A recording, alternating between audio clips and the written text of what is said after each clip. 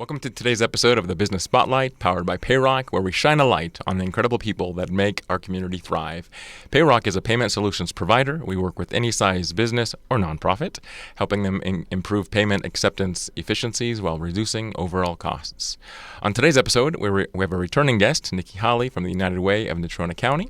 If you've missed the first podcast, make sure you check it out. It's definitely worth watching. The United Way is a remarkable organization helping Natrona County residents in very practical ways, and we're going to get into all of that. If you're watching us on YouTube, make sure you like and subscribe and click that bell to get all the notifications of the clips and the full podcasts that are released. If you're watching us on Facebook and Instagram, make sure you like and share this with your friends, your family, your colleagues, your neighbors, and your Aunt Betsy. Nikki, thank you so much for joining us today. Thank you for having me on the show again for the second time. We appreciate it. It's definitely my pleasure. So talk to us about the United Way. That's where we want to just get a basic background, a backstory of how you started in the United Way and what is the United Way? So I've been with United Way as a CEO for Natrona County, and then we are also the fiscal agent for Campbell and Converse counties, going on 2.5 years now, going on 3 years. Our main goal and focus is fundraising within our community with companies and individuals to then have a committee of volunteers that we meet with anyone who receives grant funding from us. This year we have 36 nonprofits within Natrona County that we've given funding to. All of that is from donations from companies within Casper and Natrona County. Mm-hmm. So we have a group of volunteers. They sit with us. We all go through, last year I think we were pretty close to 54 grants that we receive in January. The process opens. It is probably till about the end of January. And then we take all of February to go through all those grants, read through them, score them, and then we meet for a full 2 days to then discuss the funding requests and what they look like, what we can fulfill, what is not a duplication of service, because that's one thing that is specific about United Ways is that we will not fund an agency that does not have a human services need, that is not a 501c3 in Natrona County. And then you also just have to be within youth development, health or wellness, or basic needs. Once you get into those categories, we break you out. So none of the services are duplicated. An example of that would be like the food bank has been one of our longstanding, and if somebody else then requested food funding for the same exact program, we wouldn't be able to fund them, because then that'd be a duplication. Got it. So okay. A lot of people aren't aware of that, and that's what makes us different. We also meet with the nonprofits about 3 times a year just to help them with other needs, which has been really helpful. I've gotten a lot of really good feedback from our nonprofits. They've been able to help each other with different issues because of those meetings. So you're a nonprofit that works with other nonprofits. Correct. How does that trickle down to our residents? Why does United Way matter to us as residents? So United Way, because we are the ones who are actually spending the time with the nonprofits, when you're donating, you know that your funding is actually going towards a specific cause. It's being monitored. But I think the one thing, too, that makes us as United Way here different is I've grown to love all of our nonprofits and have a good relationship with them. I've been able to take some of them under my wing and help with different things like board applications and budgeting and just different things like that, to be a resource for them, not just someone that they come to for grant funding, if that makes sense. I think my big message with them when we have our CIC meetings, we have one coming up December 5th, is always that, number one, let's not reinvent the wheel if there's already a solution out there that we can all use together. And although we are all somewhat fighting for the same funding or the same dollars, so to speak, we all do something different, and we should be able to help each other as a collective instead of working against each other. So I think that messaging has been really coming through for them. They turn in quarterly reports to us. So I have quarterly written reports that I keep in a system so that now I can go back and see the history of like what is happening in the community or what the highest needs are at that point in time. And they do change because typically if there's like a position missing, like a Spanish speaking position is needed for the housing network or something, there'll be 2 or 3 other agencies that are looking for that same position to be filled. All right. What is a CIC meeting? So it's our Community Investment Committee, and Got it. it is based of people who are all volunteers within the community, people from True Companies, Wyoming Machinery, all of our board members are welcome to come. Anybody within the community can really be involved in it. And once you attend a CIC meeting, and like I said before, it's broken up into basic needs, health and wellness, and youth development. So you could come to just the morning session if you wanted to. You wouldn't have to be with us for the whole day. But that allows you to get a better idea of the nonprofits and what they're doing, and then we would bring you in on the grant funding decision-making process to help us decide where the funding is going to go for the year. And how long have you been in this role of because you're the director of the United Way, the local United Way? Yes, 2.5 years, going on 3 years now. Got it. Which is crazy. Was prior with Town Square Media for 11 years in sales and marketing. So was able to pivot really easily with a lot of the relationships I'd already had and built in town. Grateful for all of our community members. We really have a community that gives back to our nonprofits. So what is your focus as a director for the upcoming year? What are your top priorities? You said basic needs, health and wellness, and youth development. So that's always going to be our standard. United Way is going through some new framework. Those names or titles might change, but it's still going to be the same category. It's still going to be the same process. For United Way, right now, I'm trying to get us back to $1 million because the more money we get in the door, the more money we can give back to them. Right now, they're in a position where a lot of the smaller funding has been cut for them, and they're not able to make it up in other ways. So it's our job to try and step up to the plate and help them make that difference up, because I'm not sure where else they're going to get it from. Right. Well, what do those numbers look like for now? How does what have you been able to do maybe in 2024, 2023? What does those numbers look like for Natrona County residents? So Natrona County, as far as the campaign is concerned, when I walked in the door, we were at 801 and we were 60,000 in the hole because we had lost UPS, which was a big donor for us. But all United Ways had lost UPS. It wasn't just us. So it was a common thing. So then that year, my first year on, I think we ended at 856, and then last year we were at about 846-ish. So we were just a little bit shy. We were about 108 or 110% of our budget last year because we were able to trade a lot of things and have things in-kinded that we didn't pay for out of pocket, because that's the goal as a nonprofit, right? I'm trying not to spend our money in the most economical way that I can, so that we have more to give to them, because that's the one thing that we do. Right. But for me this year, we're in a position where we're pivoting and we're making some changes, and we want to be able to make a bigger impact in the community. And we're trying to figure out what that's going to look like right now. So just right now, focusing on the campaign to give the money away, getting through the grant process in January. There's just 2 of us in our office. So it's me and Gail. And Gail's been there for almost 17 years. All right. She's amazing. And we're just trying to get through that right now, honestly, with them, because there's so many of them. And it is a lot of processing. And then we're running to Gillette to go take care of Devon Energy here in about a week or 2. For Campbell and Converse County. They're our biggest donor out there as well. Okay. So you're raising money now. You're in a fundraising season currently. Correct. And then there's the grant process in January. Yep. And then you start releasing those funds. First checks go out in April. We make the decisions in March. They receive monthly checks. Okay. All right. Once they know what their grant is going to be. So what are some local organizations that you currently are working with? Because you spoke about the food bank. Are there other ones? Oh, absolutely, yeah.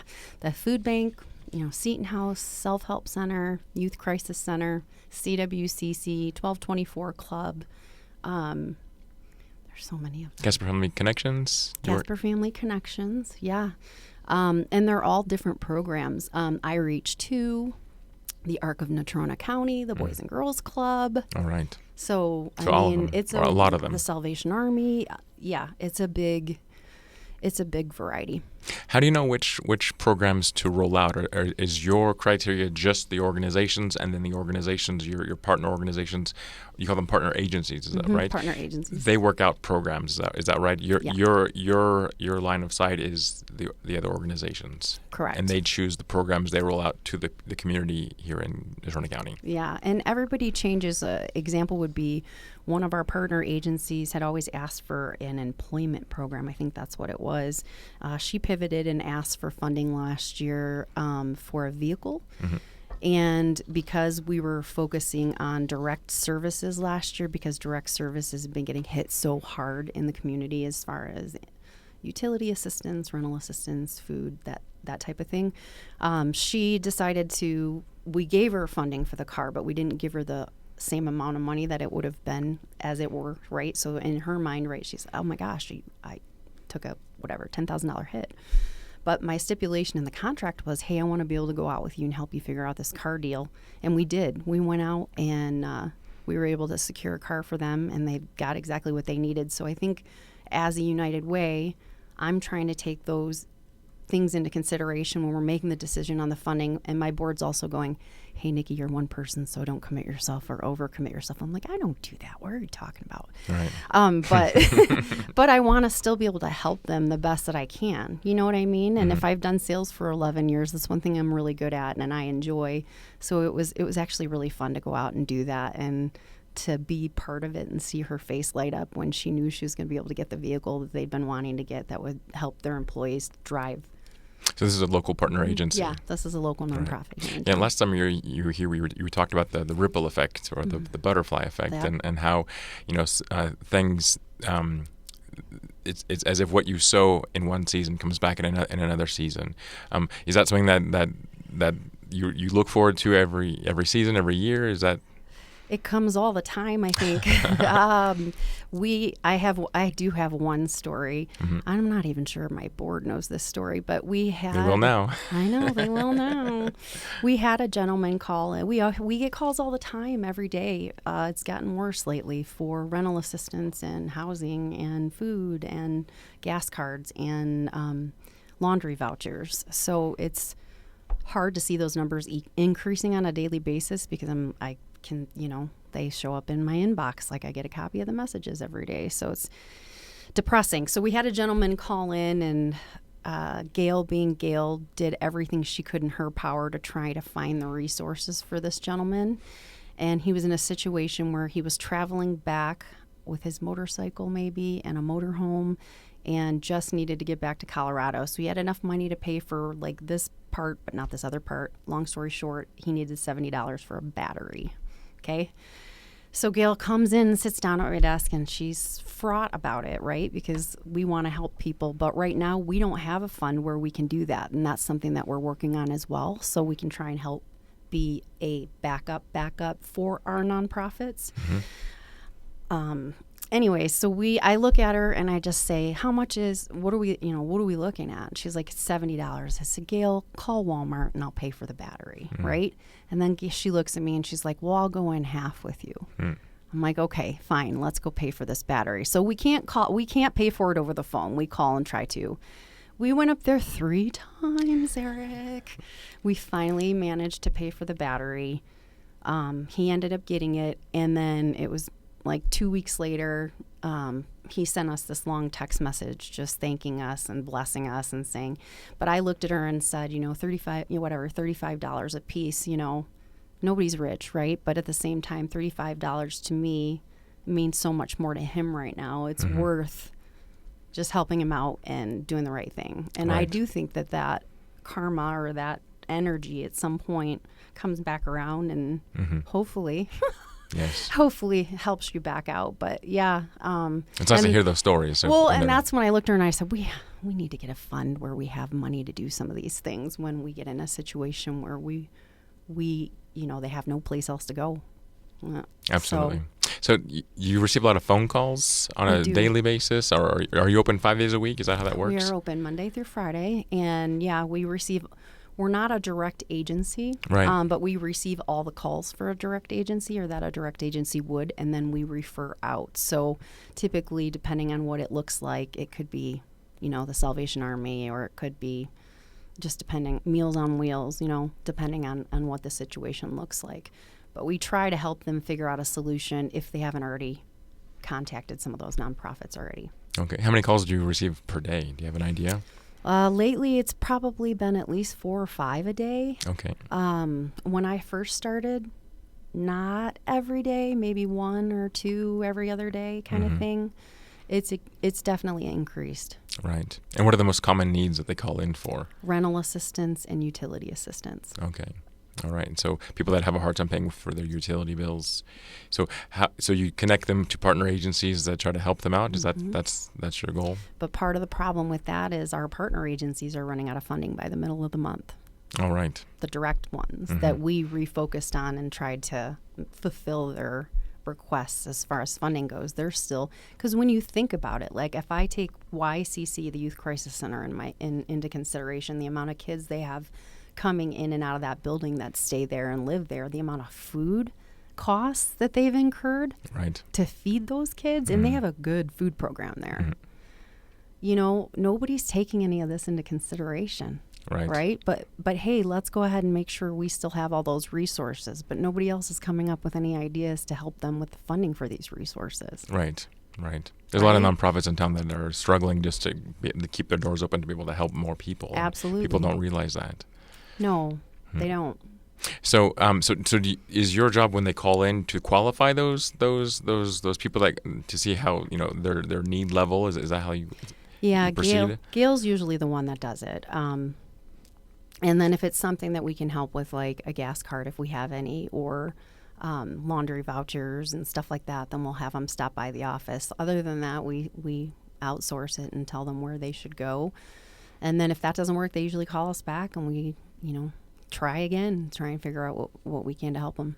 So do your partner agencies work exclusively with the United Way, or do they have their own sourcing as well for funding? No, yeah, they have all kinds of, I know some of them get from the collective, private funding, us, so the Hughes Charitable Foundation. Like there's so many that contribute to their budgeting and their budgets, like Thankful Thursday, right? All those little things that they do. Right, yesterday. Yeah.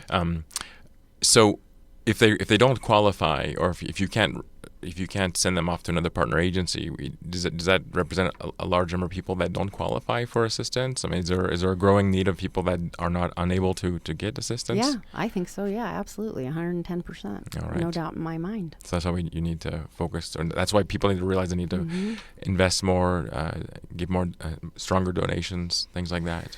Well, and that's the thing. People, you think you're donating and it just goes off into oblivion, and that's what makes us different, is that we actually are through the whole process with them the whole time, the whole year, and there is a resource and a friend. And when I'm out campaigning, when I'm at TrueCo or I'm at Wyoming Machinery speaking, I bring them out with me.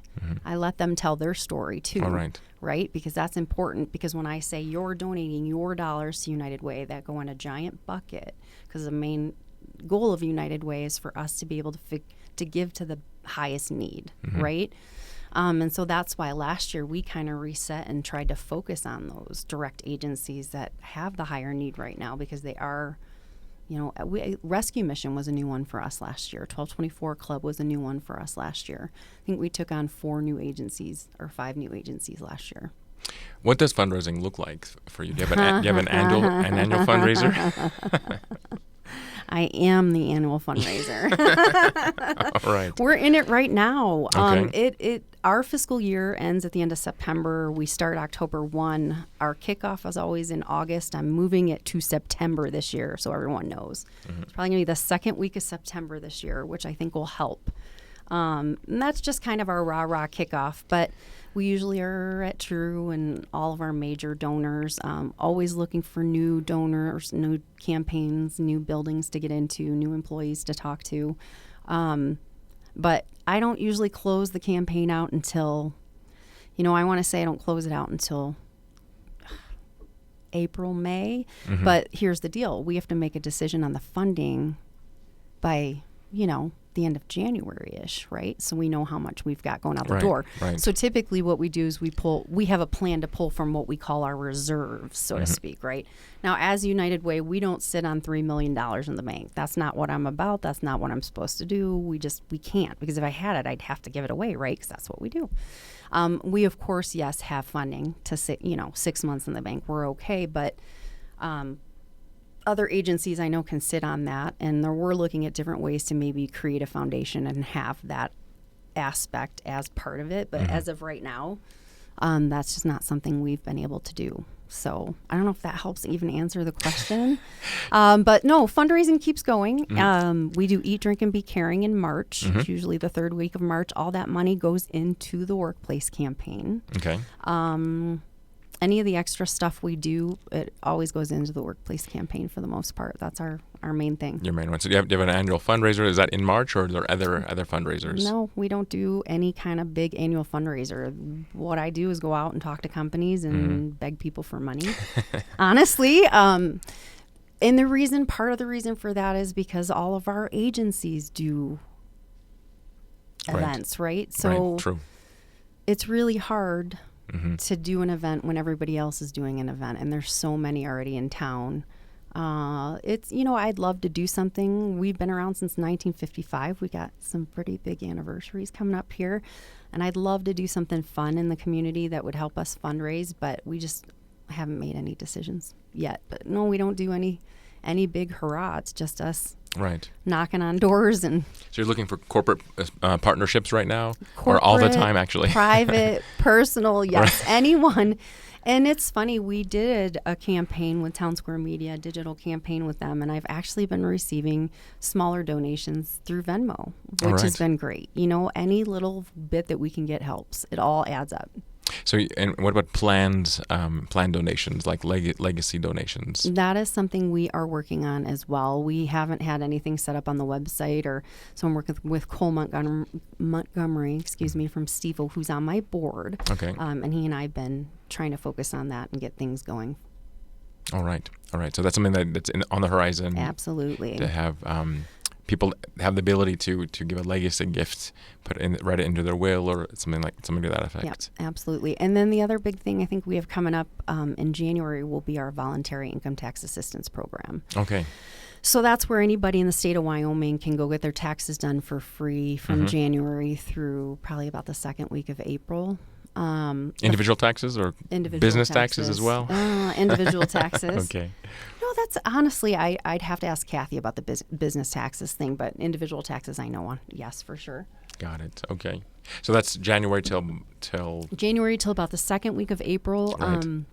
Typically 1 cent funding covers it. This year, because 1 cent funding was distributed in 5 years, it was a little bit short.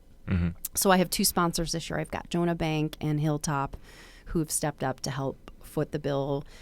It's not a ton of money. We basically rent a space for 3 months, and then we have all the computers housed, and I will go over there and set everything up and make sure everything's logged into Wi-Fi, and all of our volunteers will then come in and volunteer and do their magic. So you need volunteers for tax preparation. I mean, we could always use some new ones.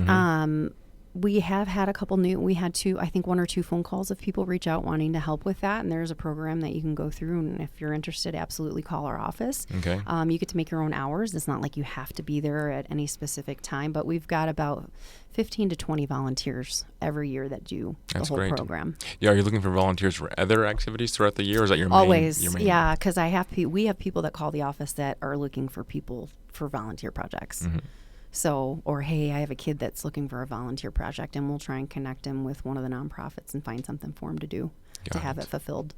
Okay. So volunteers are something, if someone wants to help out the United Way and give a few hours a week or on a specific project, they should give you a call or give Gail a call in the office. Got it. Yes, and or we have Day of Caring, which is typically kind of the whole month for us. So April's National Volunteer Month. June is Day of Caring, and what that looks like is our nonprofits submit projects that they want to work on. The one cool thing that we did for Seton House / the Iris Clubhouse. No, not the Iris Clubhouse. Interfaith. Sorry. Interfaith, they didn't have an ADA ramp on the building. So we ended up, 71 Construction stepped up to the plate and donated the whole entire project because they are rock stars. They are. They are amazing. And so they did that for us last year. This year, I know we're going to probably work with Unaccompanied Student Initiative to work on their backyard and plant a garden with 71 Construction to help us out on that. And it's really cool because they don't donate all of it, and we usually go out and help with all the projects. So any of the painting or anything like that, we're always looking for volunteers in June. Yes, in June. June's the month to focus on. June is the month, yes. Got it. What do donations look like? Are they always... you said Venmo you can donate that way. How else can you donate? We have a donate now on the website. You can donate through the website. You can mail in a check. We have people that stop in and drop off checks. But I think the thing that United Way is most known for is that we're the only nonprofit that can do payroll deduct. Okay. So within a company, no other nonprofits do that but us. So if somebody wanted to donate $5 a check, they can. Okay. And then that takes out for the remainder of the year, kind of thing. So. And you offer that to larger corporations here in town, I imagine. Got it. Yeah. What about in-kind donations as well? Absolutely. Okay. Yes, we have John Johnson over there at JRG Restaurant Group has been very, very kind to us as far as donating food and beverages and stuff like that for our Platt Society event we have coming up with, which is our bigger donors. We invite them out just as a thank you and kind of mingle and just network. So would you say the majority of your donations come from larger corporations in town or from everybody? From everybody. There's not one demographic. It's not one demographic. Individuals, residents that see, how, the importance of your work up to larger corporations here in town. The big ones are from our bigger companies, True Companies this year, True Co. I shouldn't say that anymore. $346,000 is coming from them. 200 employees in that building donated $173,000. That's amazing.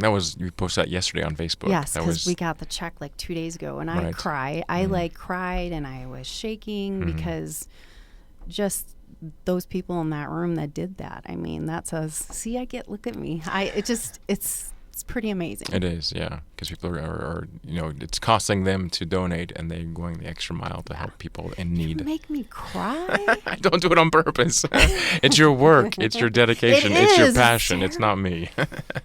So what is your goal for 2025? What's your outlook? $1 million, number one. Thanks, Eric. I'll make sure you deliver the check to my office. I'll work on it. So like and subscribe, share the video.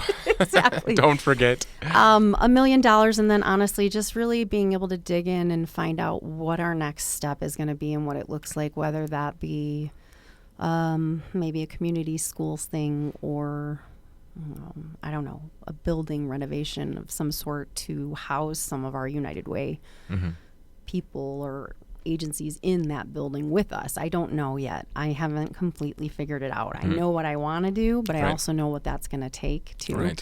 And right now with just me and one other person and our amazing board, they're awesome, but you can only do so much with 2 people right now. So we're actually really cool thing is we're working with Serve Wyoming and AmeriCorps. We're going to try and get a Vista, which is exciting for us because we've never worked with Serve Wyoming before and AmeriCorps like that. So that'll be somebody that we get to work with for a year, and then if they are happy, they can stay with us for up to 3, and then we can hire them afterwards. So pretty excited about that. It is. That's great.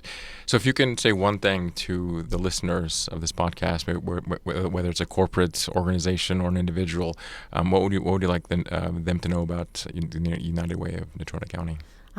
We always have your best interest at hand. We take care of our agencies, and our agencies really make a difference in our community. Don't hesitate to donate, even if it's not through United Way and you feel like you want to donate to just a specific nonprofit. $5, $10, whatever you can give truly helps them out, and it means a lot to them to see even those smaller donations come through because everything makes a difference. It does. Every little bit helps. Absolutely. Yeah. So, well, Nikki, thank you for joining us today on the podcast, and thank you for tuning in to this edition of the WYO Business podcast. Make sure to like and subscribe and share this podcast and support the United Way in their actions and what Nikki is doing in our community. Thank you very much. Thank you.